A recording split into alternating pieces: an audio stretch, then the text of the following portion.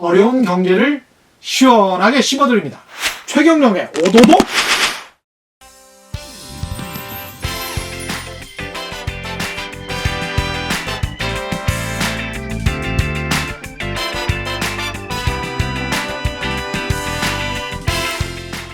최경영, 가볍지 않습니다.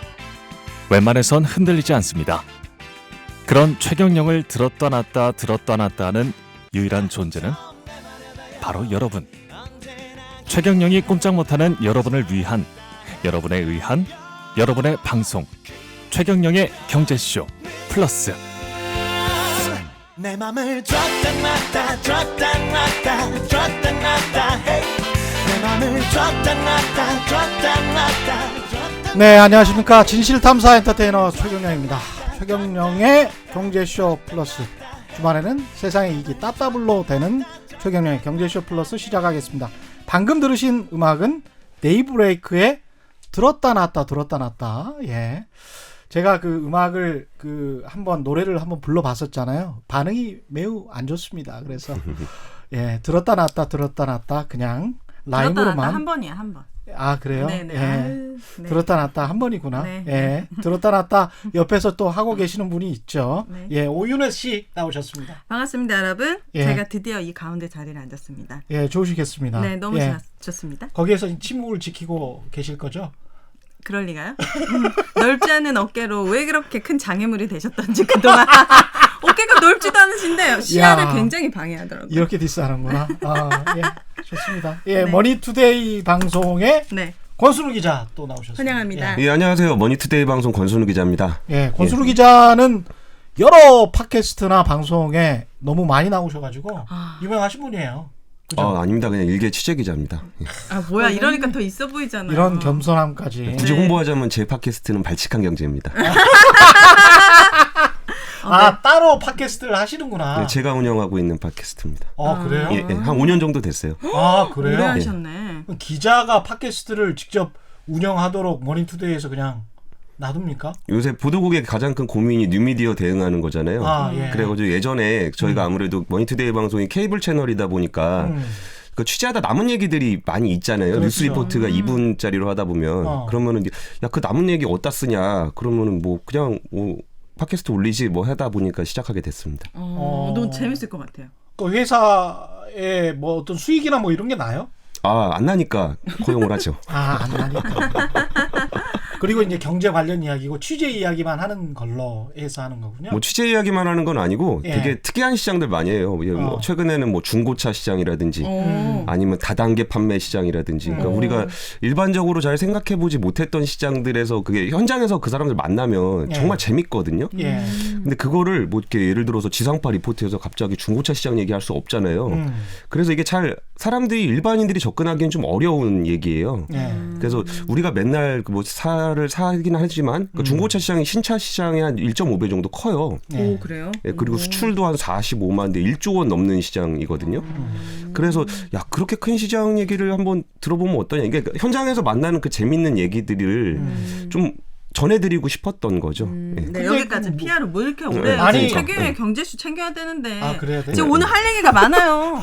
오늘 할 얘기 많아요? 네, 오늘 아니 많아요. 근데 이게 상당히 좀 중요한 이야기예요. 왜냐하면 왜 또요? 방송사 내에서 그 방송사의 인적 자원들을 어떻게 활용할 건지에 관해서 사실은 언론사들이 굉장히 고민을 많이 합니다. 좀 고민을 예. 기자님이 많이 해주시고 그건 보도국에서 네, 하시고. 보도국에 하시고 오늘 아, 그래서 난 지금 네. 딱 꽂혔어. 아, 그래요? 예, 머니투데이는 어떻게 하나? 아. 뭐 이러면서 이걸 왜 가만 놔두나? 뭐 아. 이런 거. 네. 예, 재밌는 이야기가 될 것 같은데 오윤혜 씨가 끝나고 얘기 막았으니까. 나누시죠. 아, 네, 예. 알겠습니다.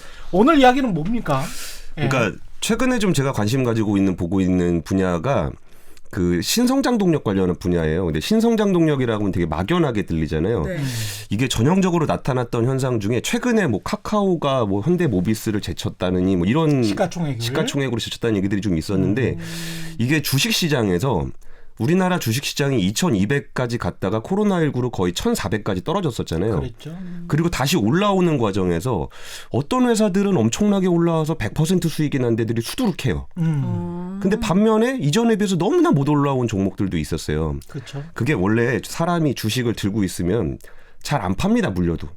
네. 그렇습니다. 그런데 이게 예. 폭락을 하게 되면 어쩔 수 없이 그냥 진짜 눈물을 머금고 팔게 되는데 그럼 다시 살 때는 어떤 종목을 살 것이냐라 그러면은 이제는 좀 냉정하게 판단을 하게 돼요. 네. 그럴 때 우리가 알고 있는 우량주라고 불리는 뭐 현대중공, 자동차, 조선, 철강 우리나라의 기간 산업들이 있잖아요. 대표적으로 야, 이 회사는 우리나라에서 정말 대표적인 회사다. 안 망할 회사다. 그런 걸 안 사는 거예요, 사람들이. 이미 올랐다고 생각해서? 아니죠. 그럼요. 성장 가능성이 없다고 보는 거죠.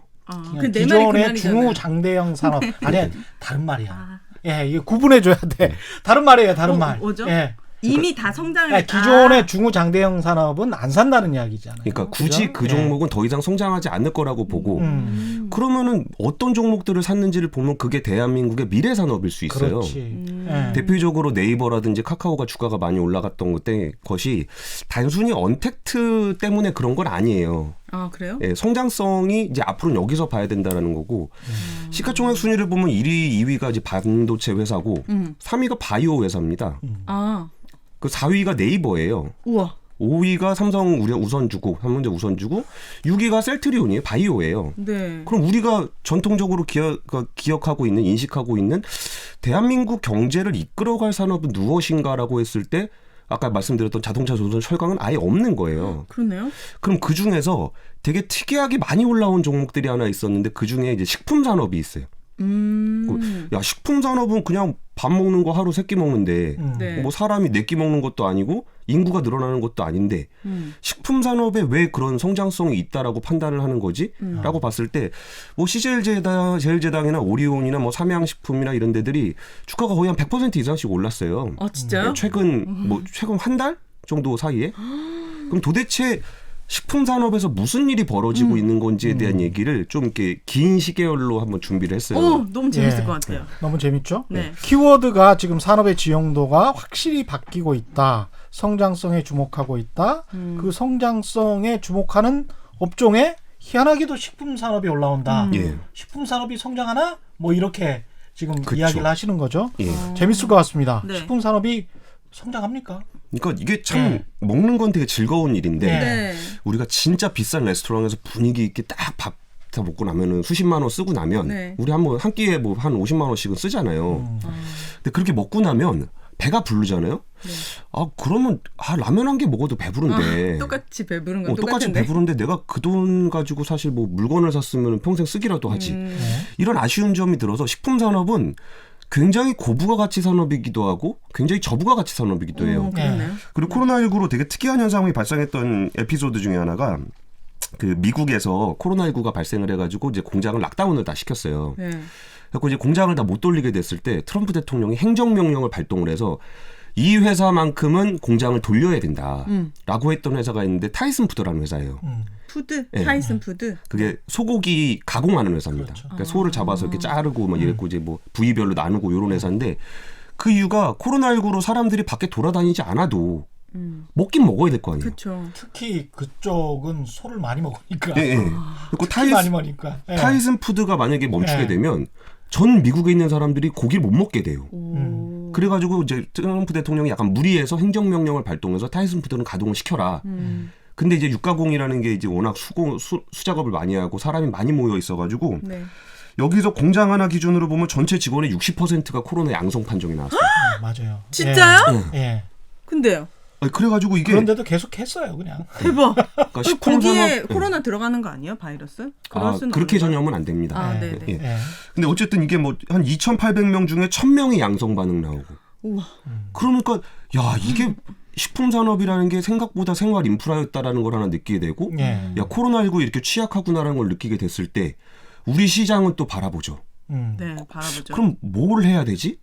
그때 100% 이상 거의 한 2, 3일 만에 올라간 종목이 있는데 비욘드 미트라는 종목이었어요. 비욘드 리미트. 난 왜 처음 비욘드 듣지? 리미트? 네, 비욘드 예. 미트가 고기 비욘드 다음. 미트. 비욘드 미트. 리미트는 뭐야? 리미트가 네. 비욘드 미트. 네. 고기구나. 고기 아. 아니 잠깐만요. 근데 응. 지금 이 상품명이나 기업명이 오늘 굉장히 많이 나올 것 같은데 그쵸. 이거 관련해서 우리가 이걸 홍보를 하거나 뭘 추천하거나 이런 거는 전혀 아니고 그치. 정확하게 상황이나 설명을 명확하게 시청자들에게 드리기 위해서 어쩔 수 없이 나오는 부분이 있으니까 네. 그거는 꼭 이해하고 네, 들으셔야 됩니다. 투자하시라는 얘기 아닙니다. 예. 그냥 절대. 10만 원 얘기 예. 드리려고 예. 그러는 거고. 네. 비욘드 미트는 음. 그 야채고기 만드는 회사예요. 예. 그러니까 뭐라 그러지? 채식고기? 아 비건. 두부 이런 예. 거 콩?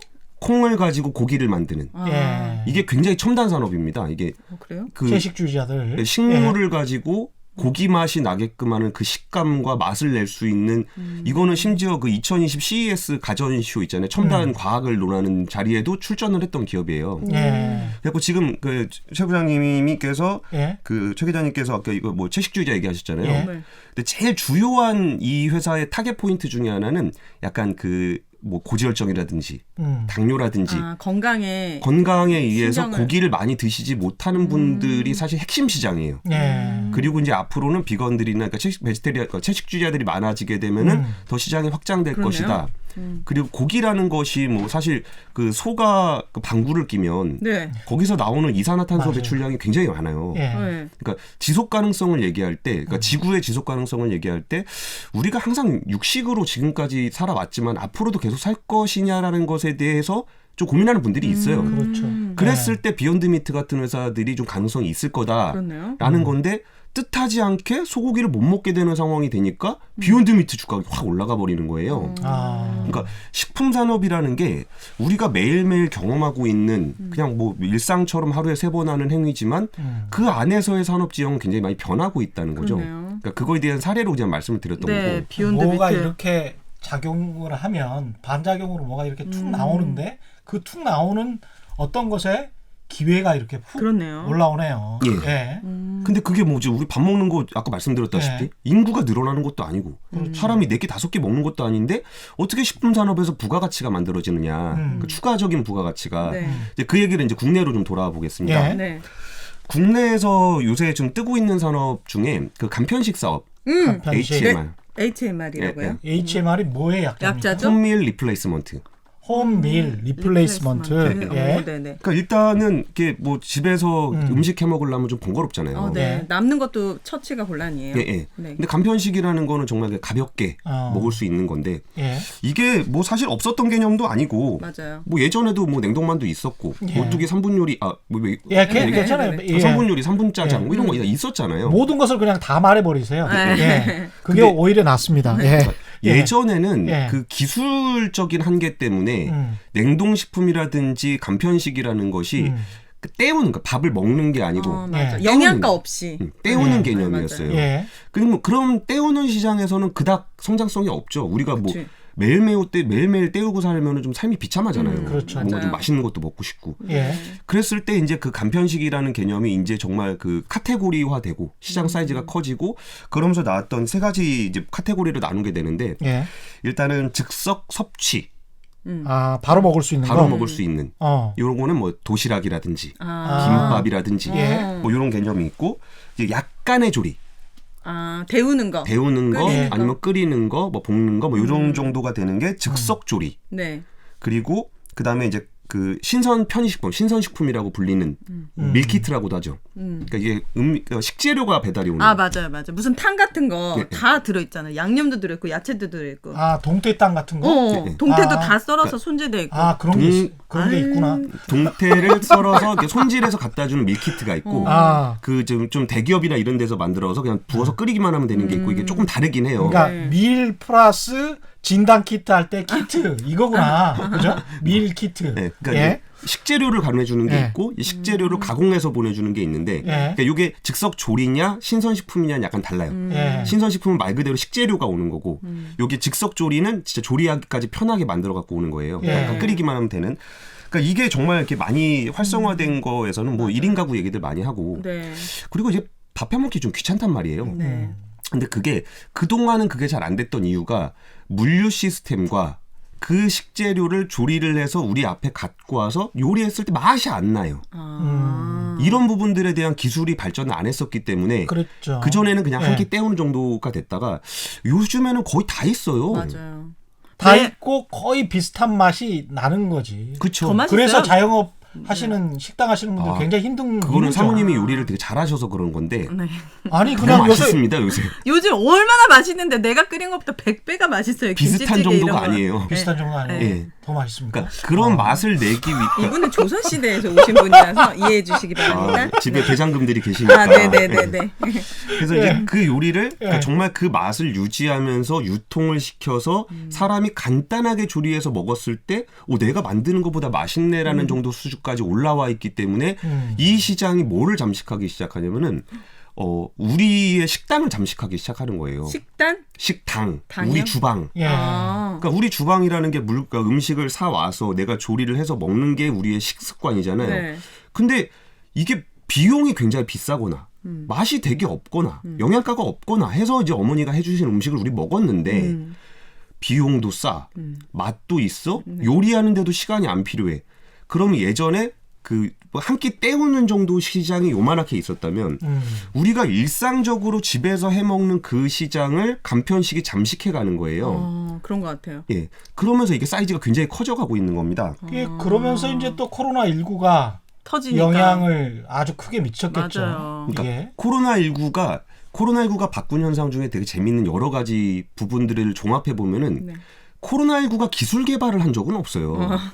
뭐 그렇죠. 코로나19는 그냥 감염병인 거지. 예. 우리 사회를 바꾼 건 없는데 예. 이전까지 다 있지만 우리가 잘 받아들이지 않거나 경험해 보지 않았던 것들을 거의 전 국민이 같이 경험을 하는 시대가 돼버렸어요. 사람들의 행태나 습관을 바꿔버리면 소비 습관을 바꾸면 네. 진짜 산업 지형이 바뀝니다. 와, 예. 신기하다. 그러니까 우리가 화상회의라 그러면 야 사람이 그냥 뭐 회의 딱 얼굴 보고 한 3분이면 끝날 거를 전화하면 30분씩 얘기해야 되고 이거 안 된다라는 게 기술이 없었던 건 아니지만 화상회의 기술은 있었지만 우리가 그동안 안 썼단 말이에요. 그쵸. 근데 강제로 써본 거죠. 모든 사람이. 네. 그리고 또 이제 우리 어르신들 야 딱 그 결제 이메일로 보내면은 야 페이퍼 뽑아와. 네. 그러던 어르신들도 네. 야, 왜 출근 안 하니까. 불러수 없잖아요. 힘들게 네, 네, 뽑아갖고 네. 오라고. 예. 그래서 전자결제 야 어떻게 하는 건데 뭐 어쩔 수 없이 해보니까 아직도 종이로 뽑아와 이런 어르신들이 계시나 보죠. 데스크 아유. 보시는 분들이. 뭐 저희 예? 회사는 얘기가 아, 아니라. 네네네. 네, 본의 아니게. 예. 예. 네. 그래서 이제 그 것들이 한 번씩 경험을 해보니까 이거 해볼 만하네 그러면서 그동안 기술은 돼 있었지만 사람들이 접하지 못했던 것들이 급격하게 올라와 버리는 그러면서 트렌드를 바꿔버리는 경향들을 좀 보여요. 네. 근데 간편식 같은 경우에도 그래도 음식은 해 먹어야지 성의 없이 그 사다 먹냐. 예. 왠지 영양가도 없을 것 같고. 그쵸. 네. 그리고 예전엔 그랬으니까 진짜로. 네. 근데 그게 충분히 괜찮은 품질로 올라왔음에도 불구하고 고정관념이 있었기 때문에 접해보지 않다가 지금 뭐 부득이하게 식당을 가기도 좀 부담스럽고 집에서 계속 해먹을 수도 없고 식재료를 사자니 마트를 가기도 좀 부담스럽고 했을 때 간편식을 시켜 먹어보니까 맞아요. 다음날 새벽에 바로 오고 막. 이게 그리고 장난 아니야. 저도 시켜 먹어봤어요. 아유, 시켜 네. 먹어봤는데 이게 좀 좋은 점이 이런 것 같더라고요. 김치찜이나 이런 거 있잖아요. 네. 소스 만들기가 굉장히 힘들잖아. 맞아요. 근데 거기에다가 우리 기존의 김치와 돼지고기를 좀 더 얹어. 맞아. 그래가지고 이렇게 한 2인분만 사서 4인분 만들어서 먹으면 오히려 비용 절감도 되고 좋더라니까요, 그게. 맞아요. 맞아요. 예. 그러니까 그런 것들을 경험해 보면서 이걸 느끼게 되는 건데 그래서 이제 그 시장의 사이즈가 우리가 생각했던 것보다 훨씬 커요. 이게 그 예를 들어서 만두 같은 경우에 냉동 만두 시장은 네. 거의 고향 만두가 30년 이상 지배하던 시장이에요. 네. 예. 거기서 수많은 도전자들이 있었지만 그래도 만두는 손만두지. 맞아. 예. 그래가지고 이제 지역에 있는 분식집이라든지 그렇죠. 손만두를 먹었었는데 예. 이 만두의 그 냉동 만두의 퀄리티가 만두피가 점점 얇아지고 속이 점점 알차지면서 예. 오히려 이게 만두 시장에서 고향 만두를 잠식하는 게 아니고 분식집을 잠식해 버리는 거예요. 맞습니다. 그게 이제 네. 만두를 만드는 기술, 그 유통하는 기술들이 발전을 하면서 그렇게 되는 건데 만두피가 지금은 0.65mm까지 떨어졌어요. 네. 정말 얇죠. 정말 얇죠. 정말 얇더라. 깜짝 놀랐어요. 그러면서 찢어지면 안 되고 정말. 예. 얼렸을 때 찢어지면 안 되고 이걸 다시 해동을 시켜서 쪄먹어도 이거 하면 찢어지면 안 돼요. 그러면서 만두에 그 톡 터지면서 이 주이시하게 육즙이 쭉 나와야죠. 나와야 되는데 많이 드셔보셨네. 나오더라니까. 그리고 희한하게. 여기다 또 하나 이제 대박. 가전 기술의 발전 중에 네. 에어프라이 예. 네네네. 써보신 분들은 알 거예요. 네. 네, 신세계죠. 튀김 만두가 음. 집에서 그냥 냉동 만두 돌려서 되는 거예요. 맞아요. 그러니까 이런 것들이 정말 우리가 단순하게 한 끼 먹었을 때 요 냉동만두가 어쩌다 한번 때우는 우리 군대 가면 한 번씩 먹는 냉동만두 그러니까 어쩔 수 없이 먹는 거잖아요. 거기 그렇죠. 이거밖에 없으니까. 예. 근데 그게 고 시장에 머물렀다면 이거를 성장산업이라고 얘기하지 않았을 거예요. 네. 근데 이게 식재료가 이제 집에서도 언제든지 먹으면서 이게 사람들의 어떤 밥상을 잠식하고 네. 외식을 잠식하는 모습들을 보이는 겁니다. 그리고 또 하나 여기서 이 냉동만두라는 거는 심지어 수출을 할 수도 있어요. 우리나라가 만두대회 1위 하지 않았나요? 비비고? 1등이죠. 비비고가 1등 했어요. 예. 어디서? 대회가 있대요. 만두 그래? 대회. 그렇죠, 예. 기자님. 네. 그러니까 이게 그 단순하게 우리나라에서 집에서 먹는 그 정도. 예를 들어서 진짜 분식집에서 만두를 정말 잘 만든다고 장인이. 그럼 그거를 우리가 해외에 팔아봐야 어떻게 팝니까 그거를? 맞아. 뭐 싣고 갈 수도 배송도 없고. 안 되고. 그 장인이 그거 언제 하나 다 만들 수도 없잖아요. 예. 근데 이게 냉동화를 시키고 물류가 되고 맛이 나오고 뭐 이게 기술적으로 발전을 하면서 이제 수출까지 가능해지는 거고. 그럼 여기서 또 하나 좀 재밌는 포인트 중에 하나가 그럼 뭐 그룹 얘기 다 해도 된다고 하셨으니까 예. CJ그룹이 무슨 일을 지금까지 해왔는지를 살펴보면 되게 재밌어요. 네. 기업을 통해서 세계 시장으로 예. 어떻게 우리 산업, 식품 산업이 진출을 하는지를 그 단면을 볼 수 있다. 예. 이런 말씀이죠. 그러니까 식품 산업이 어떻게 확장해 가고 있는지에 대한 얘기인데 네. CJ가 참 최근 몇 년 동안 정말 무시무시한 일을 많이 했습니다. 진짜요? 그러니까 뭐 주식 추천하는 거 아니라고 말씀을 드리는 네. 부분이 네. 물론 엄청나게 많이 말아먹었어요. 근데 말아먹었다는 거는 뭐 실패했다는 거지 도전에 대해서 폄하하고 싶진 않은데 예. 그때 그 미국에서 가장 큰 냉동식품 회사 슈완스를 무려 2조 원을 주고 인수를 했어요. 이종원을 CJ 주고. 푸드가요? CJ라는 그룹이. 그룹이. 그룹이. 예. 그러면은 우와. 야, 그 냉동식품 회사를 미국에서 인수를 해서 뭘 하게? 그러면은 그 비비고 만두도 결국 냉동식품이잖아요. 네. 그럼 일종의 플랫폼 역할을 해줄 수가 있는 거예요, 거기가. 그러니까 거기가. 슈완스의 네트워크가 예. 여기다가 만약에 냉동만두를 올리면 그게 쭉 가는 거잖아요. 그러네요. 그렇죠. 예. 근데 이걸 사고서 뭐 계속 좋았냐? 아닙니다. 엄청나게 많은 비용을 들어갔고 사람들이 과연 냉동식품을 잘 많이 먹을까? 이런 것 때문에 고민이 생겨서 굉장히 고생 많이 했어요. 네. 2조 원의 지금 투자 비용은 그렇게 들어갔는데 예. 수익은 제대로 거두지 못하고 있다. 그쵸? 예. 근데 이번에 코로나 딱 터지고 나니까 사람들이 이제 뭔가 찾기 시작하는데 뭐 슈완스의 냉동 피자는 물론 이제 거의 마트에다 동이 났고 거기에 또 우리 또 비비고가 딱 올라가면서 이제 쫙 미국 시장에서 팔리기 시작하는데 우와. 아, 이게 또 계기가 되는구나, 그렇게. 그쵸. 신기하다. 예. 벨롬은 어떻게 해도 되나 봐요. CJ는 어떻게 해도 이게 되네요. CJ 입장에서는 코로나19가 그건 고맙네요. 어떤 기회가 됐네요. 예. 그렇죠. 그러니까 이게 식품 산업 한도가 변해버린 걸 수도 있는 거예요. 그러니까 예전에 거기서도 냉동 때우는 정도, 뭐 비비고 그냥 뭐 특이한 뭐 오리엔탈 좋아하는 아시안 좋아하는 사람들이 간단하게 먹는 그런 음식이라고 하다가 어쩔 수 없이 먹어보니까 괜찮은데? 그러기 시작하면은 미국 사람들의 주방도 치워버릴 수 있는 거죠. 그러니까 냉동 피자가 사실은 미국 사람들이 정크 푸드라고 정크 본드처럼 정크 푸드라는 말이 있거든요. 네. 냉동식품, 냉동 피자가 대표적인 정크 푸드예요. 미국 사람들에게는. 영양가 그래서- 없는 불량식품 같은 그렇죠. 거. 그래서 사람들이 냉동식품이다라고 하면 그 굉장히 안 좋은 인식이 맞아요. 있는데 그걸 좀 고급화시키면서도 간편식으로 잘 먹을 수 있다. 이런 식습관을 바꿔준다는 거는 상당히 중요한 겁니다. 그쵸. 예. 그리고 CJ 얘기 잠깐 조금 더 드리면 예. 얘가 제가 무시무시한 짓 많이 했다 그랬잖아요. 네. 대한통운 같은 경우는 2013년에 중국 최대 냉장 물류 업체를 인수를 했고 예. 2015년에 미얀마 정부랑 합작해서 물류를 만들었고 예. 말레이시아 2위 업체 지분 인수하고 인도네시아 물류센터 인수하고 우와. 인도 수송 1위 업체 인수해가지고 대한통운이. 예, 그 CJ 거예요, 대한통운이? CJ 대한통운. 아, 예. 그렇구나. 그래서 한국, 중국, 동남아시아, 인도, 중동을 잇는 이 동아시아 네트워크를 만들었습니다. 대단하네. 그러니까 우리나라 택배하는 회사라고 생각하시면 안 돼요. 대단하네. 안 되는 거예요? 예. 그러니까 그런 물류체를 해서 그러면 이제 동남아의 물류를 다 지배했냐? 아까 예. 제가 물류 시스템의 발전하고 음식물 기술의 발전을 아까 말씀드렸잖아요. 네. 그러니까 물류 산업의 변화 중에 한 모습도 이런 모습이에요. 물론 여기 어마어마한 돈이 들어갔기 때문에 CJ는 어마어마한 빚에 허덕이고 있습니다. 아. 그래서 이게 아까 도전을 했다는 거지 잘 됐다는 얘기랑 꼭 매칭시켜서 생각하시면 안 된다는 말씀을 드린 거고 네. CJ CGV도 만만치 않아요. 지금 망했잖아요, CGV. 여기가 글로벌 탑 5 극장이에요. 아, 그래요? 예. 전 세계에 7개국에 있습니다. 네. 그때 뭐 미국, 베트남, 미얀마, 인도네시아인데 베트남 영화업체 1위, 터키 업체 1위, 인도네시아 2위가 CJ CGV예요. 우리나라 1위만 하는 게 아니고. 코로나 이전에 공격적으로 굉장히 경영을 했군요. 그리고 스크린 수만 3,500개가 넘어요. 그래서 뭐 잘 됐냐?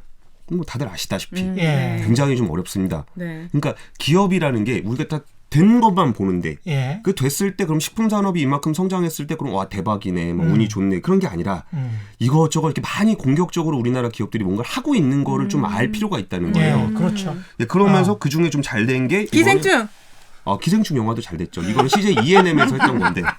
아는 거 빨리 얘기해야 돼. 네. 그래서 그렇구나. CJ 제일제당은 비비고 매출만 한 6,500억을 올리겠다는 건데 만두 팔아서 6,500억을 벌겠다는 거예요. 예. 대박이다. 그리고 이제 대형마트 품절 사태 사재기 순위 1순위가 이제 간편식이 이제 돼 있고요. 예. 그 냉동 피자도 오히려 시안스에서 이제 또 갖고 와요 우리나라에. 냉동 피자가 야 냉동 피자는 진짜 도우도 딱딱하고 뭐 그냥 그랬었잖아요. 예. 근데 이게 아까 말씀드렸다시피 기술의 발전으로 꽤 맛있어졌어요. 네. 그래가지고 이게 뭐 한 5,000원에서 8,000원 정도를 먹으면 거의 밖에 나가서 먹으면 한 15,000원, 2만원, 3만원 주고 먹어야 되는 피자가 예. 집에서 간단하게 먹는데 맛이 괜찮아요. 그리고 냉동 피자에 대한 인식이 바뀌었어요. 오뚜기 냉동 피자 피자는 맛있던데. 나는 반댈세. 왜요? 예, 그래도 그 미국 다녀와 보셨다고 아니 지금 그게 아니고 이거를 사서 먹다가 그거를 네. 그 남겨서 냉동실에 넣어놨다가 이렇게 데펴 먹는 거는 맛있는데 네. 냉동 피자를 먹는 거는 제 입맛에는 자우지가 맞지 않는다. 그 요새 나온 거 좀 드셔보세요. 그러니까 아, 그래요? 오늘 좀 드셔보세요. 10년 전에 먹은 거 기억해내지 마시고. 그러니까 진짜 고작 2016년에 비해서도 지금 한 3년간 거의 5배가 성장을 진짜 했습니다. 맛있어요. 아, 그래요? 깜짝 예. 놀랐어요. 맛 없으면 성장 못해요. 아 그렇습니까? 그러면서 간편식 먹어봐야 시장이 되겠네. 그러면 피자가 좋아서 냉동 피자가 뜬 거냐? 그건 아니에요. 맞아요. 그건 예를 아니에요. 들어서 피자 업체 1인 도미노 피자 같은 경우는 영업이익이 작년에 45%가 줄었고 미스터 피자는 거의 5년째 적자. 어떡해. 피자헛은 피자는 참안 시장이 좋죠. 줄어들고 있는 와중에 1위에서 6위까지 추락했어요. 피자헛은. 그러니까 피자가 맛있기 때문에 피자 시장이 성장한 게 아니에요. 뭐가 아까 말씀드렸잖아요. 예. 아까 말씀드렸잖아요. 드셔보시라. 맛이 예, 기술이 달라진 그만큼 거예요. 괜찮다니까요. 진짜로? 그래요. 저 먹어봤어요? 어제 밤에도 오뚜기 냉동 피자 먹었어요. 냉동 피자를 네네네. 오븐을 예열해가지고 딱 오븐에 구워서 먹으면요. 아니 너무 궁상맞지 않아요? 너무- 냉동 피자를 먹는다는 거. 뭐가 궁상? 이 사람 조선시대 사람이 이 사람 큰일 난 사람이네. 나는 거기에 관한 강한 저항감이 있는 거야. 그럼 혼자 저항. 심적으로 우리 같은 사람들은 그래. 진짜 맛있어요. 아 그래요? 네네. 예. 이게 이제 간편식 얘기였고 예. 그럼 아까 밀키트. 네. 밀키트 이제 예. 그 식재료가 오는 거. 그럼 넣어서 이렇게 간단하게 조리해서 먹을 수 있는 거잖아요. 이것도 안 되는 이유가 물류예요. 신선식품은 조금만 지나도 맞아요. 이게 못 쓰잖아요. 네. 예. 그래서 이거를 사람들이 얼마나 배달을 시킬지를 예측을 해서 전날 사놔야 예. 딱 요걸 주고서 만약에 하루가 지났는데 안 팔렸다. 그럼 다 폐기 처분해야 돼요. 그러면 야 혹시 모르니까 우리가 이틀치를 사나 보면 어떨까? 라고 하면 이틀 전에 산 물건이 좀 안 좋아질 수가 있어요. 그렇죠. 그러니까 신선식품 같은 경우는 물류를 하기가 굉장히 어려운 품목이에요. 네. 그럼 여기서 어떤 기술들이 필요하냐? 물류 보관. 보관 필요하죠. 네. 보관을 할 때 단순히 예. 창고에 얼마나 보관하느냐가 아니라 냉동. 냉동 사과 안 드실 거잖아요. 안 먹죠. 냉장. 그러니까 냉장인데 예. 여기서 뭐 좀 정말 특별한 기술까지 도입이 되면은 예를 들어서 사과를 이렇게 잘라 놓으면 갈변하잖아요. 네. 이게 뭔가 산소하고 접촉해서 뭐 그렇게 되는 건데 그러면 창고에 산소를 쫙 빼버리면 어떨까?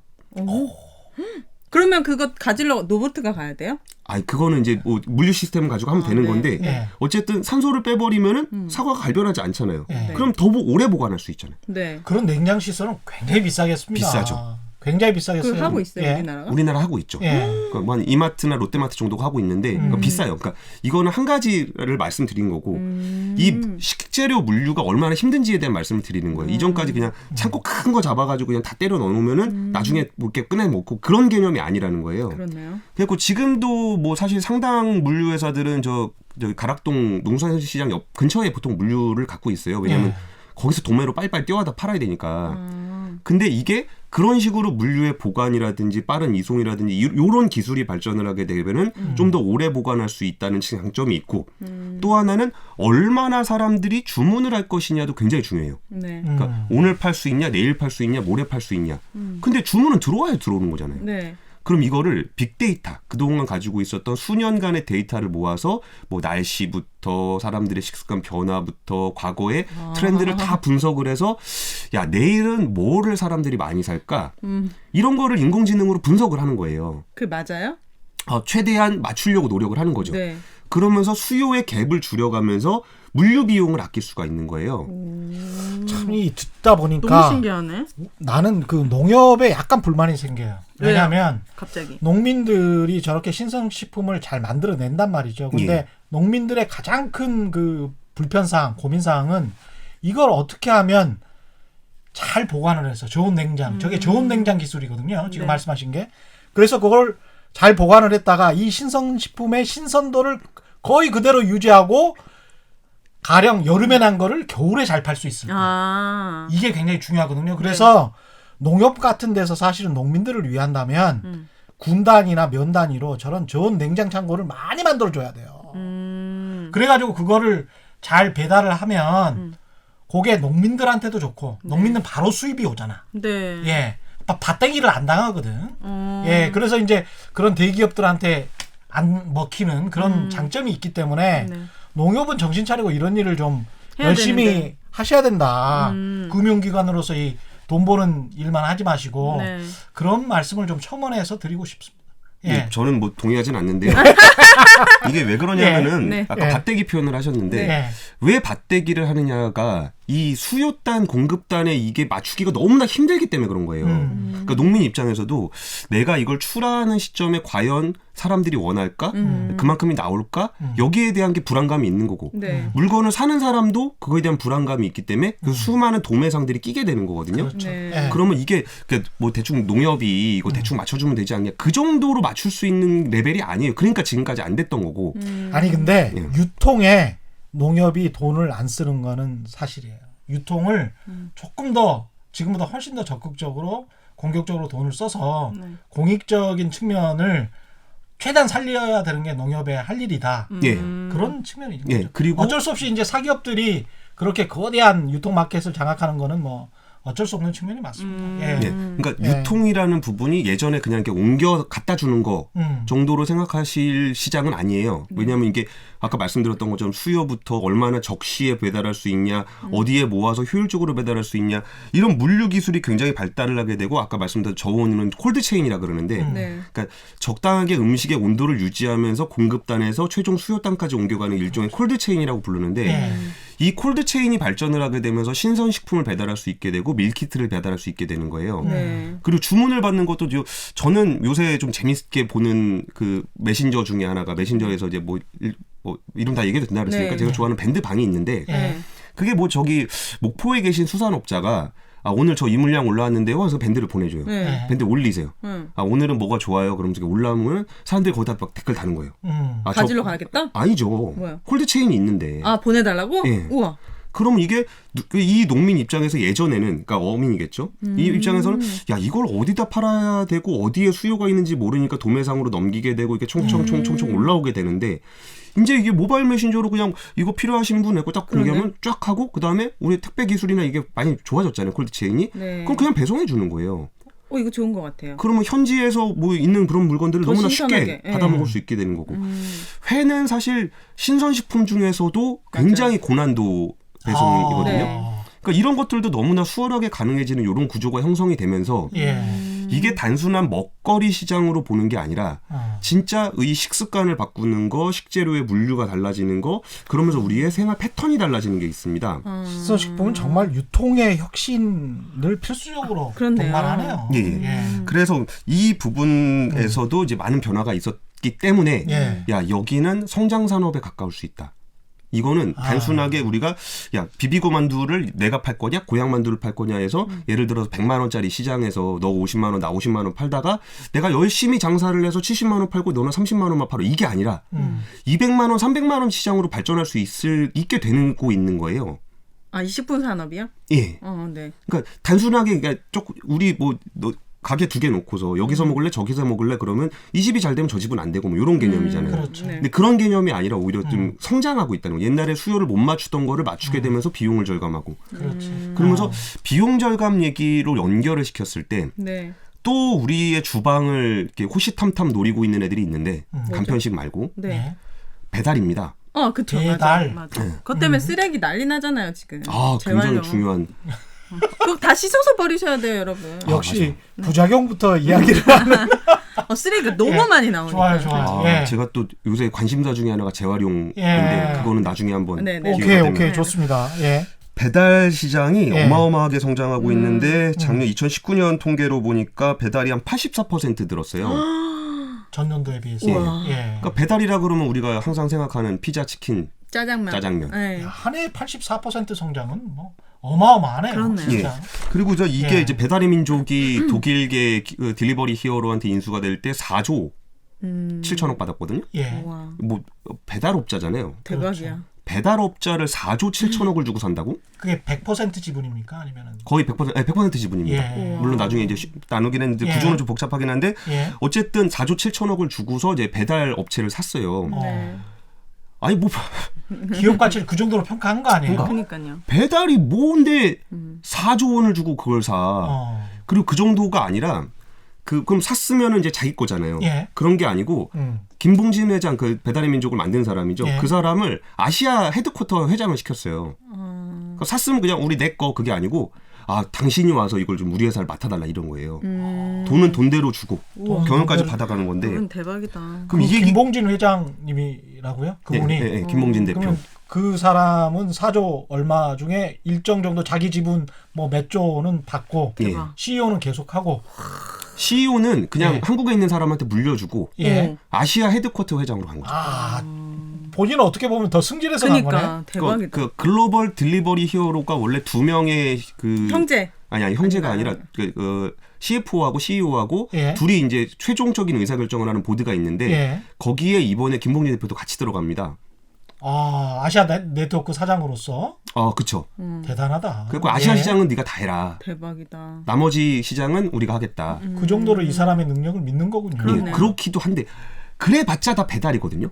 네. 아니, 도대체 배달이 뭐길래 전 세계 배달 시장을 먹겠다고 지금 저런 일을 하고 있냐 이런 건데 배달이라는 것도 아까 말씀드렸던 것처럼 예전에 그냥 한 끼 때우는 짜장면 음식을 할 수 없는 이삿짐 이사 가면 음식을 못 하니까 짜장면 시켜 먹고 그게 뭐 지금 이렇게 당구장에서 음식을 해 먹을 수는 없으니까 짜장면 시켜 먹고 이런 배달 시장이라는 거는 우리의 일상적인 음식을 먹을 수 없을 때 임시적으로 이용하는 방편이나 별미 정도였었어요.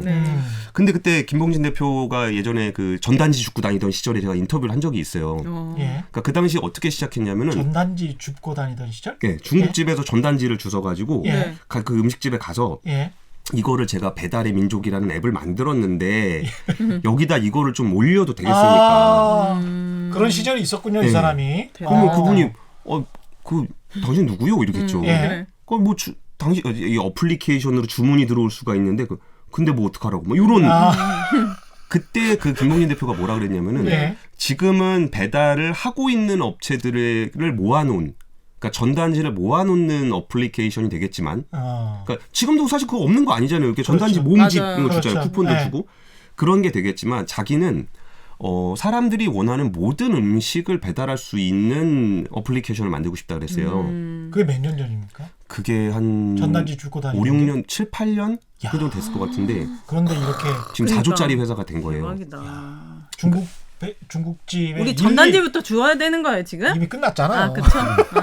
이미 끝났잖아. 7, 8년 전에 그러니까 중국집 찾아다니면서 우리 예배했다가 당신들 전화번호 올릴 수 있느냐 이렇게 했던 업체가. 그러다 이제 중국집에서 올리면 안 돼요. 그러면 죄송합니다. 그럼 나와야 되고. 그러던 배달이라는 시장을 이제 우리나라에서 만들어 간 분이에요. 그러니까 정말 입지적인 사람이죠. 그러면 그 얘기 아까 말씀드렸던 먹고 싶은 음식을 다 배달할 수 있게끔 해주겠다라는 얘기는 그리고 실제로 지금 배달 앱을 켜보면은 정말 없는 음식이 없어요. 맞아요. 거의 모든 음식이 다 있어요. 그래요? 정말 모든 우리가 맛집이라고 하는 가서 줄을 서야 되는 곳들도 배달이 가능하고. 진짜? 그럼요. 냉면 뭐 이런 것도? 다 되죠. 냉면 정도는. 지금 냉면 얘기가 그건 아까 둥지냉면만 사드셔도 그러니까. 충분히 맛있습니다. 장난 아니에요. 아이 둥지냉면. 모든 가게들이 다 예. 배달을 예. 해주니까. 예. 그럼 이게 좀 이제 어떤 현상이냐면은 예. 일단 음식집하고 예. 배달원을 분리해 버렸습니다. 그러니까 이게 뭐냐면 예전에 중국집에서 배달원을 고용해서 맞아요. 배달을 했던 거고 예. 배달원을 고용하지 않는 업체는 배달을 하지 않았어요. 근데 이게 배달이라는 그 플랫폼을 배달의 민족이 형성을 함으로써 음식집 입장에서는 굳이 내가 배달원을 고용하지 않아도 배달을 할 수 있는 플랫폼이 생겼어요. 예. 그러니까 누가 주문해서 저희 집에 좀 갖다 주실래요? 그러면은 예 알겠습니다. 그러고서 이제 배달의 민족 연락해서 여기다 배달해 주세요. 그럼 배달이 되는 거예요. 네. 그걸 이렇게 연결을 시킴으로써 음식집이라는 곳이 꼭 내가 배달원을 두어야만 배달을 할 수 있었던 그걸 분리를 해버렸고 또 하나는 되게 그 우리의 눈에 잘 안 보이는 현상 중에 하나인데 음식집에서 홀을 없애버렸습니다. 호? 홀. 테이블. 아. 그러니까 음식집이라 하면 내가 가서 앉아서 먹는 게 맞아요. 음식집이잖아요. 예. 근데 그러려면은 식당은 항상 번화가나 사람들이 유동인구가 있는 곳에 존재해야 했어요.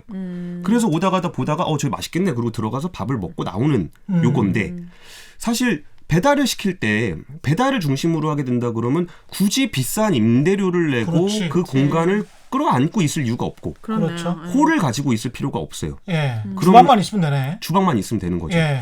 그러면 아까 배달원이 예전엔 고정비 개념으로 있다가 예. 이게 이제 변동비가 된 거죠. 음식이 주문 들어올 때만 쓰면 되는 비용. 그리고 또 음식이라는 것이 예전에는 부동산 임대료를 내고서 존재해야 되는 그런 거였다가 식당만 있으면 되는 거예요. 비용 절감. 그러면 예. 이 비용 절감이 아직까지 눈에 가시적으로 나타나고 있지는 않은데 네. 왜냐하면 배달 음식도 비싸니까. 예. 근데 전반적인 음식의 배달 비용을 낮춘다는 거는 그리고 음식의 퀄리티가 높아지고 있다라는 거는 또 이제 우리 어머니를 의심하게 만드는 겁니다. 아. 과연 싸고 맛있게 만드실 수 있어요? 여기보다? 그니까요. 아, 그래요? 없더라고요. 그러니까 배달 음식보다 우리 엄마가 싸고 맛있게 만들 수 있냐? 예. 옛날엔 배달 음식은 맛이 없거나 뭐 영양가가 없거나 비싸거나. 근데 여기서 홀 비용 없애지, 임대료 없애지, 배달의 비용을 변동비화하고 이런 과정에서 굉장히 그 비용이 좀 줄어들었습니다. 네. 근데 이게 저같이 보수적인 저항심이 강한 네. 소비자가 네. 이런 신문물을 이렇게 마구 밀쳐내는 이런 사람들도 있지 않습니까? 사실 예, 있죠. 그죠? 예. 예, 그런 분들은 원래 계속 그렇게 해요. 예, 그죠? 그래서 이제 아까 말씀드렸던 것처럼 자동차, 조선, 철강 열심히 보면서 역시 우리나라 기관사라고 예. 이제 기계를 만들어야지 뭐 이런. 우리는 애국을 해야 돼. 뭐 이런 애국주의. 근데 투자. 그런 분들이 또 이렇게 안정적으로 시장을 유지를 예. 해주면서 네. 신산업을 또 할 수 있는 기반을 만들어주기도 해요. 예. 예를 들어서 우리나라의 그 자영업자들이 거기서 음식을 만들고 있지 않다면 예. 이런 배달 시장도 존재하지 않을 거예요. 네. 근데 이런 부분들은 거기선 또 이제 그거대로 하고 여기서 새로 치고 나갈 수 있는 건 치고 나가야 되는 건데 그렇죠. 아까 예. 말씀드렸던 것처럼 배달 음식이 단순 배달 시장이 머물렀다면 신성장이라고 얘기하지 않았을 거예요. 네. 근데 아까 말씀드렸던 것처럼 우리 엄마를 위협하고 우리 주방을 위협해요. 그럼 여기서 주방이라는 곳은 과연 필요할까? 그런 의문도 또 드는 거예요. 그 음식집에서. 음식집에서? 예. 왜요? 음식집에 주방은 필요하죠. 왜? 근데 예를 들어서 예. 이렇게 짜장면 배달 오면 짜장면 만들면 되고 피자 배달 오면 피자 만들면 되잖아요. 네. 어차피 뭐 우리가 간판 걸고 사람 기다리는 것도 아닌데 네. 그럼 피자집하고 짜장면집을 뭐하러 구분을 하냐는 거예요. 아, 그리고 점심 장사가 되는 데가 있고 저녁 장사가 되는 데가 있잖아요. 예. 네. 그러면 점심 장사 되는 사람이 잠깐 주방 썼다가 예. 저녁 장사 되는 사람은 따로 와서 주방 쓰고 이게 이른바 공유 주방의 개념인데 네. 아, 그러면 그 업을 하시는 분들도 이렇게 돌아가면서 쓴다고요? 그러니까 자기가 최적으로 수익을 낼 수 있는 사람이 와서 하면 되는 거잖아요. 점심 장사하고 싶은 사람은 점심에 주방 쓰고 그리고 가고. 아, 주방 시설은 완비돼 있고. 그렇죠. 우와. 그러면 아까 간판도 없어. 홀도 없고. 홀도 없어. 그런 게 있어요, 지금? 그게 공유 주방이죠. 지금 되고 있어요? 예, 되고 있죠. 좀 작긴 하지만 되고 있어요. 그러니까 우버에 창업했던 그분도 이제 우버 나와가지고 또 공유 주방하고 막 그러는데 예. 그러면 공유 주방이라는 게 그런 거 있습니다. 이게 그 배달을 우리가 어째 배달 시켜 먹는 건데 네. 그냥 여기서 이게 짜장면집에다 배달을 짜장면 먹고 싶으면 짜장면집 배달하고 뭐 사실 피자 먹고 싶으면 피자집 배달하는데 모르니까. 그게 꼭 다른 집이어야 될 이유는 별로 없거든요. 네. 내 눈앞에 보이는 게 아니니까. 근데 이게 우리가 처음 보는 거냐? 그렇진 않아요. 우리가 콘도를 가거나 예. 이렇게 모텔이나 어디 여기서 출장한 모텔 갔을 때 예. 다양한 메뉴들 있잖아요. 야식 메뉴들. 네. 전화번호도 다르고. 예, 맞습니다. 아, 그래요? 있어. 네. 콘도 같은 데 가면 있어요. 예, 근데 예. 걸어보면 사실 다 같은 집이잖아요. 아 진짜요? 그래요? 예. 나 몰랐네 그거. 야식 먹으러 거기 갈 일이 없으니까. 아, 번호만 다른 거였어요? 예. 어. 그러면은 아. 이게 우리 눈앞에 꼭 그 목 좋은 곳에 식당이 있어야 된다라는 고정관념에서 벗어나게 되고 예. 배달을 하려면 배달원이 있어야 된다. 음식집에는 홀이 있어야 된다. 간판이 있어야 된다. 예. 라는 개념이 별 의미가 없어지는 겁니다. 그렇네요. 아, 이게 계속 저항감이 생기는데. 아니, 근데 왜냐면 저는 이제 또 음식이 저널리즘 쪽으로 봤을 때도 이게 모든 것은 사업은 신뢰란 말이지, 신뢰. 그렇죠. 믿음이에요. 네.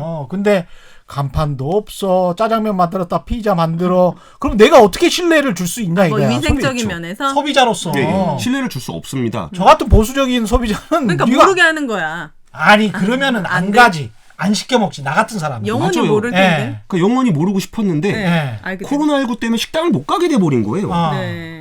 그게 너무나 많은 사람에게 그걸 경험하게 하고 네. 음식 맛이 좋네, 편리하네라는 걸 느끼게 하는 계기가 또 이제 코로나 때문에 된 것도 분명히 있어요. 네. 근데 이게 결국 뭐냐면은 사람의 사용할 수 있는 시간, 우리가 뭐 좀 재밌게 살려면은 시간도 좀 많았으면 좋겠고 뭐 이런 게 있잖아요. 네. 그러면은 우리가 할 수 있는 거를 편한 솔루션으로 제공을 해주는 건데 네. 음식이라는 것 자체에 대한 솔루션을 제시해 주는 거예요. 우리가 요리를 좋아서 하시는 분도 있지만 대부분 먹고 싶은 거잖아요. 네. 그렇지. 그럼 거기서 음식을 뭐 식재료를 사러 가서 그걸 사갖고 와서 이걸 잘라서 맞아요. 이걸 요리를 하고 먹으면 먹는 시간은 뭐 한 10분, 20분인데 그 준비하는데 너무나 많은 시간이 네. 들어가요. 그럼 그 시간을 아끼는데 당신은 얼마의 비용을 지불할 수 있느냐를 예. 이 배달업자들은 계속 묻고 있는 거예요. 네. 네가 먹고 싶은 거 다 갖다 줄 테니까 너 얼마까지 지불할 수 있니? 너의 이렇게 장을 보고 요리를 할 수 있는 너의 시간을 우리가 살게. 그러면은 이 시장이 생각보다 어마어마하게 클 수 있다라는 게 이 시장을 보고 있는 사람들이에요. 이게 국내 시장만 말씀하셨는데 국내 시장 넘어서 이 예. 식품 산업이 해외에서도 아까 뭐 냉동식품도 말씀하셨지만 진출해가지고 뭐 성공하거나 도전한 사례들이 있습니까? 아까 말씀드렸던 그 딜리버리 히어로 같은 경우는 예. 이게 배달업자잖아요. 예. 근데 이게 글로벌 업체예요.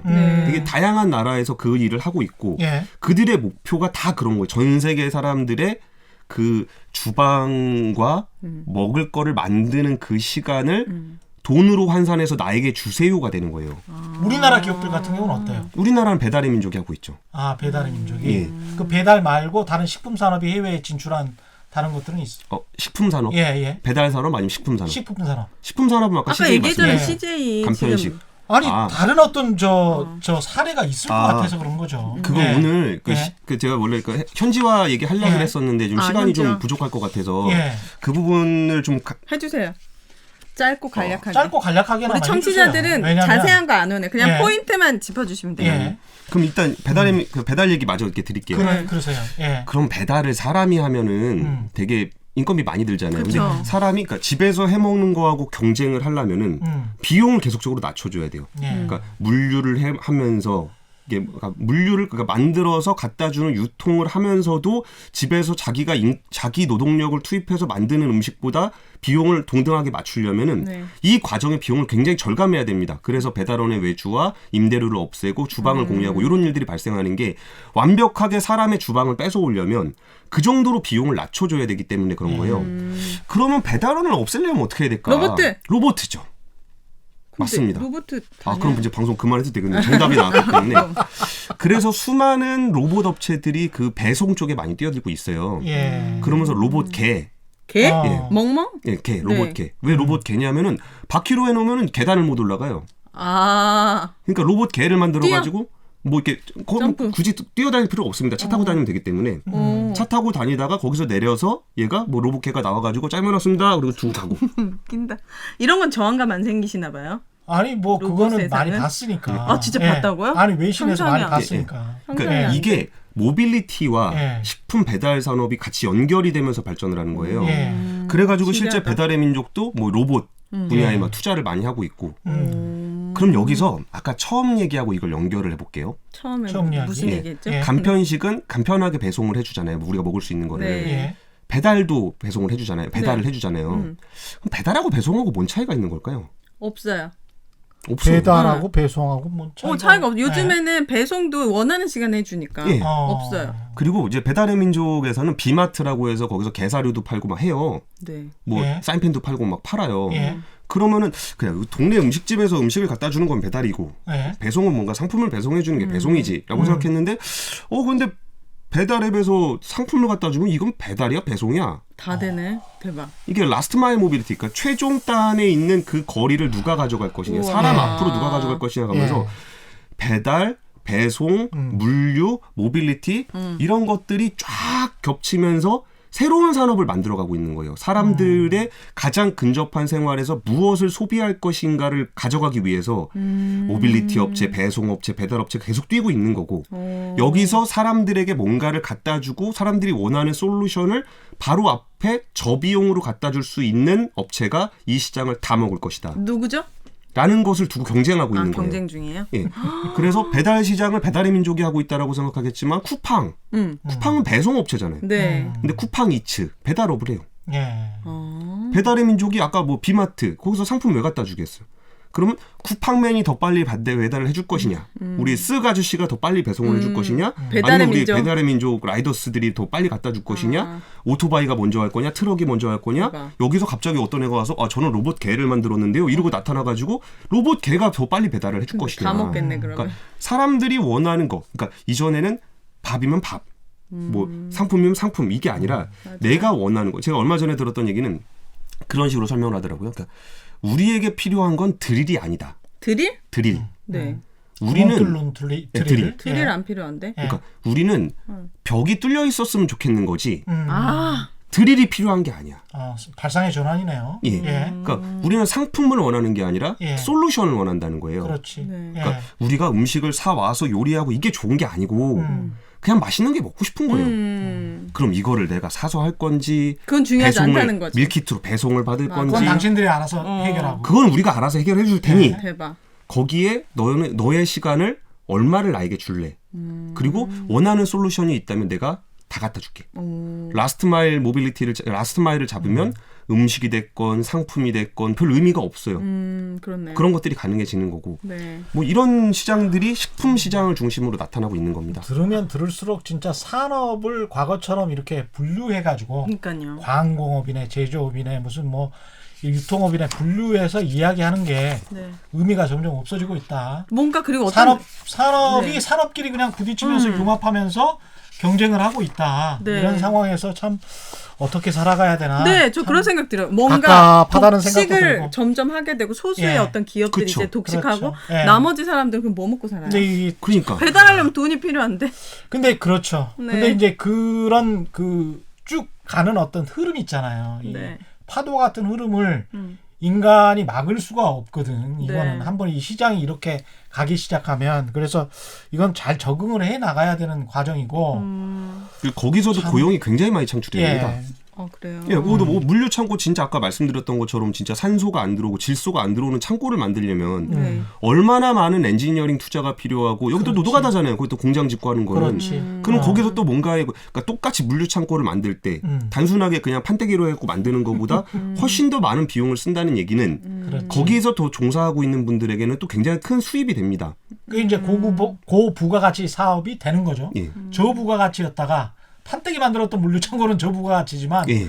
저온 냉장 창고를 만드는 거는 고부가가치 사업이 되는 거죠. 예. 그러면 예전에는 진짜 일당 10만 원 받던 분들도 예. 여기서 기술을 좀 더 개발하고 뭔가 좀 됐을 때는 더 많은 수입을 올릴 수도 있는 거고요. 그렇죠. 예. 그리고 이제 여기 시장에서 만약에 도태가 된다. 그러니까 이건 아까 우리가 수요자 입장만 했지만 우리나라 기업들이 이 시장을 빨리빨리 진입해서 경쟁력을 가지면 이 기업을 중심으로 고용이 창출되고 우리에게 소득이라는 게 생겨요. 그렇습니다. 네. 근데 예. 우리가 여기서 도태돼 버리면 네. 기존 산업도 안 좋은데 맞아요. 앞서가는 사업도 못 따라잡았다. 그러니까 이도저. 그러면 우린 이도저도 아니게 되는 거기 때문에 네. 저 사람들이 우리의 일자리를 뺏어가지 않을까라고 고민하는 것보다 더 무서운 거는 네. 그 일자리를 뺏어갔는데 심지어 승리도 못해. 승리? 그러니까 글로벌 경쟁에서 승리도 못해. 네. 그러면 정말 최악이에요. 그러면 좋은 얘기만 드렸는데 제가 예. 해외로 가기 전에 예. 그냥- 해외로 갈 수가 없을 것 같아요. 한 3분밖에 안 남아서 아, 그래요? 음식 분야나 식품 산업 관련해 가지고 여러 가지 말씀을 해주셨네. 해 주셨는데 네. 전망이 그러면 좋다는 걸까요? 나쁘다는 그러니까 걸까요? 우리나라가 식품- 이런 식품 산업에 식품 산업이? 전 세계적으로 좀 선두 위치에 있나요? 그러니까 안 좋은 얘기를 딱 드리면 네. 그러면 이제 퍼즐이 맞을 것 같아요. 안 예. 좋은 얘기 간단하게 드릴게요. 예. 이렇게 하면 제일 안 좋은 데가 어딜까요? 제일 안 좋은데? 진짜 자영업 분식점 이런 데는 정말 해결책이 없을 것 같네요. 그렇죠. 자영업 예. 분식집 되게 안 좋을 것 같죠. 예. 더 안 좋은 데가 있습니다. 더 안 좋은데. 예, 대기업 프랜차이즈. 아, 대기업 프랜차이즈. 맞아. 예. 안 좋을 것 같아. 나 같으면은 예. 자영업자가 하는 맛집을 가지 어, 그런데 안 가. 맥도날드, 버거킹 안 갈 것 같아. 그건 맞다. 응. 예, 맞네요. 맥도날드 버거킹 하니까 지금 이제 눈앞에 보이니까 말씀하신 것 같은데 네. 예. 우리 추억의 베니건스 TGI 어디 갔죠? 없어졌어. 없어졌어. 그게 없어졌어. 아웃백도 토니 거의 로마스 줄어들고. 마르세 시즐러 어디 갔죠? 맞아요. 토니 로마스는 제가 와이프랑 한참 연애하던 곳인데 네. 네. 진짜 없어졌네. 없어졌어. 토니 전 로마스 처음 들어요. 서울시청 앞에 있었는데. 그러니까 아. 예. 자영업자들 같은 경우에는 그래도 맛집이나 맞아요. 전통이 있으면 가지. 굳이 내가 비용을 지불하고라도 비용이라는 건 음식값의 문제가 아니라 예. 줄을 서고 거길 찾아가고 그런 노력을 들여서라도 이용을 해요. 대기업 프랜차이즈는 그게 아니잖아요. 맞아요. 그러면서 외식 사업이 굉장히 그러니까 정말 이렇게 쭉쭉쭉쭉 이렇게 축소해 가는데 최근에 뭐 이거 CJ 계열이나 롯데 계열이나 이런 데가 뭐 대기업이 그때 처음에 뭐 계절밥상 만들고 뭐 할 때만 하더라도 야 골목 상권 다 잡아먹는다 난리도 아니었어요. 근데 지금 뭐 그거를 되게 공격적으로 막 축소를 하는데 지금 매물로 나와 있는 것만 보더라도 뭐 그 아까 저기 얘기 드렸던 그 부분들이 뭐 아웃백 뭐 온더보더, 할리스, 뭐 공차, 놀부, 뭐 최근에 뚜레쥬르까지 그냥 다 힘들어요. 다 아니 매물로 나왔다고요. 예. 야 이 장사 못하겠다 우리. 그래가지고 이제 매물로 나오고 있는 겁니다. 그러니까 네. 어떤 식품 산업의 변화와 사람들의 소비 습관과 잘 안 맞게 되면은 이렇게 어떤 때는 막 진짜 공격적으로 성장을 하고 미래를 보면서 지금 로봇 만들 생각까지 하고 있는데 예. 외식 프랜차이즈는 좀 팔기 바빠요. 그렇네요. 뭐지? 제발 누가 좀 사주세요. 근데 아무도 안 사요. 그러니까 이렇게 매물이 쌓여 있는 거고. 투썸도 팔았잖아요. 정말 급격하게 변하는군요. 생각보다 시장이. 되게 안타까운 분 하나 말씀드릴 게 있었는데 안타까운 분이요? 예, 2011년에 모건 스탠리가 예. 우리나라 놀부보쌈을 예. 1,200억 원을 주고 샀어요. 모건 스탠리가. 예, 예. 글로벌 피, 뭐 우리 예. 맨날 우리 뭐 우리나라 와가지고 예. 뭐를 이렇게 뭐 아, 빼먹네라고 네. 예. 하는 뭐 그 보쌈을? 헤지 펀드 막 그런 엄청나게 머리 좋을 것 같은 건데, 사람들. 예, 그래갖고 한 10년 동안 물려갖고 지금 나가지도 못하고.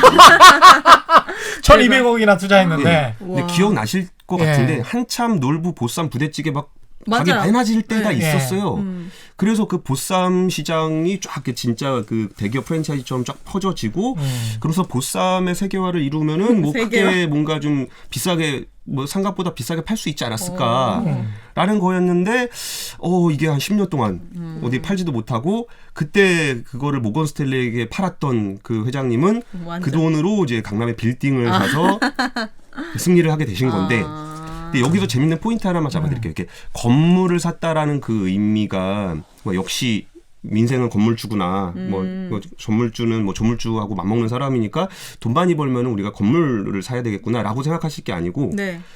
왜 건물을 샀겠느냐를 생각해 보면은 자기 산업 내에서 성장성이 떨어졌을 때 그렇게 부동산 같은 자산에 투자를 하게 돼요. 예를 들어서 식품 산업이 앞으로 계속적으로 발달을 하고 사람들의 소비 패턴을 바꾸고 사람들한테 시간 깎아주면 제가 얼마 줄 수 있어요? 이게 수조 원대로 내가 성장할 수 있다라고 생각을 하면은 부가가치가 적은 건물이라든지 이런 쪽에 투자를 하지 않습니다. 네. 다시 한번 설명드릴까요? 자기가 하고 있는 산업이 네. 예를 들어서 정말 그 전단지 줍던 시절에 내가 그 동네에 있는 그 전단지 모음집을 대체하는 시장을 내가 만들 거다. 네. 그럼 딱 배달의 민족도 전단지 모으다 끝났을 거예요. 네. 근데 그 배달 시장의 패러다임을 바꾸고 사람들의 소비 패턴을 바꾸고 이런 식으로 내가 발전을 시킬 거다라는 희망이 있다면 비전. 예, 그런 비전을 가지고 거기 도전하다 보면 그러니까 4조 원 규모의 회사가 만들어지기도 해요. 근데 4조 원 규모의 그 회사를 만들려는 비전을 가지고 있는 사람이 저기 그 뭐 몇백억짜리 건물 사겠냐고요. 그 돈 가지고. 그러니까 이게 산업이 성장하지 않는다는 거는 그 정도로 되게 이상한 모습들을 많이 보여요. 그래서 부가가치가 적고 성장하지 않은 곳에서 돈을 벌었던 분들의 상당수는 건물을 삽니다. 왜냐하면 자기 사업의 비전이 그렇게까지 크지 않기 때문에 안정적으로 그냥 뭐 건물 사갖고 그냥 거기서 임대료 받아갖고 먹고 살려고 하고 자기 산업이 성장할 거라고 보는 쪽에서 비전을 가지고 도전하는 사람들은 회사가 확장되고 부가가치가 높아지고 거기서 일자리를 창출하고 GDP를 성장시키는 그런 쪽으로 성장을 하게 돼요. 그래서 산업이 발전한다는 거, 신성장을 한다는 개념은 단순히 저 사람 돈 많이 벌었나의 개념이 아니라 국가 경제를 꾸준하게 성장시킬 수 있게 되고 그 성장을 통해서 일자리를 만들게 되고 네. 많은 사람한테 소득을 주게 되고 국가 경제를 같이 이끌어가는 파트너가 돼요. 그러니까 산업을 저거 너무 저 1등하는 사람 별로 1등하는 거 보니까 좀 눈코 시리고 혼자 다 먹냐. 그럼 뭐 규제도 만들고 뭣도 하고 뭐 그러면서 요구하다 보면은 거기 산업의 성장성이 꽉 묶이게 되거든요. 네. 꽉 묶이게 되면 뭐 한다? 건물 산다. 근데 이게 비전을 갖는다? 그럼 또 그 돈을 투자한다. 이런 식으로 성장한다는 말씀을 좀 드리고 싶었습니다. 저는 제 집부터 사고 싶네요. 많은 파트너가 되고 싶지. 오늘 아주 재밌는 이야기였습니다. 네네네. 갑자기 근데 그런 생각은 드네요. 그러니까 네. 투자라는 게 참 불확실한 게 사우디 왕가가 지금 투자하는 PIF 펀드가 있는데 네. 그거 같은 경우는 항공산업에 투자를 많이 했어요. 예. 어머. 그러면 그 로직이 뭐냐면 논리는 단순해요. 소득이 늘면 늘수록 선진국이 많아지면 많아질수록 우리가 팩트풀 리스트에서 이미 나왔으니까 소득이 늘면 늘수록 항공산업은 발전한다. 아주 간단한 논리였고 아주 정확한 논리입니다. 네. 근데 코로나19는 모든 그니까. 것이 다 무너졌잖아요. 네. 그것 자체가 이제 아무리 부자라도 아무리 투자 판단을 잘한다고 하더라도 세상의 이 불확실성이 그 주는 어떤 뭐랄까요? 그 변수들 네. 이거를 다 계산할 수는 없다. 맞아, 없어요. 인간이 맞아. 그런 점은 항상 그래서 겸손하게 사업 투자나 또 사업의 기회를 잡으려고 하는 분들, 투자를 하려고 하는 분들 겸손하게 세상을 바라봐야 된다. 네. 그러니까 여기서 또 끝나는 얘기가 아니잖아요. 그 항공 예. 문제도. 네. 과연 코로나19가 완벽하게 정리가 되면 네. 진짜 과거로 돌아가서 V자 반등을 한다. 네. 그럼 이 와중에 항공사들 지금 대만 국적항공도 파산했죠. 칠레 국적항공도 파산했고 그러거든요. 예. 네. 그럼 시장 경쟁자가 줄어들었다는 거는 예. V자 반등을 해서 코로나 끝나니까 그동안 잠재되어 있던 여행 수요가 폭발해. 예. 그럼 거기서 살아남은 사람은 엄청난 또 기회를 얻게 그럴 되는 수 거고. 있습니다. 그럼 이제 아예 안 올 것 같다. 예. 진짜 사람들이 아예 안 돌아다닐 것 같다. 근데 뭔가 보고는 싶잖아요. 그러면 3D VR이라든지 이런 쪽으로라도 그런 욕구를 해소시킬 거라고 본다면 예. 오히려 VR 쪽에다 한번 투자를 해볼까? 맞습니다. 라는 개념도 접근하게 되는 네. 거죠. 저렇게 전조 상상력을- PD님 얼굴이 제 빛이야. 상상력을 지금 편집점을 못 찾고 있어. 마음대로 이렇게 자유롭게 네. 이렇게 생각을 하시는 거 이거는 굉장히 좋은 습관이고 네. 권순우 기자가 오늘 맞아요. 굉장히 좋은 아이디어를 많이 제공해주고 또 현장에서 네. 굉장히 취재 경험을 많이 전달해 주셔서 너무 고맙습니다. 너무 감사합니다. 예. 네. 오늘 함께해 주신 권순우 머니투데이 방송 기자였고요. 네. 그다음에 오윤혜 씨. 전 복덩이 오윤혜였습니다. 여러분 감사합니다. 예, 최근의 경제쇼 플러스 여기까지고요. 올바른 투자와 올바른 투표는 다르지 않다. 세상의 이익이 주말에는 따따블로 되는 최근의 경제쇼 플러스였습니다. 고맙습니다. 감사합니다. 감사합니다.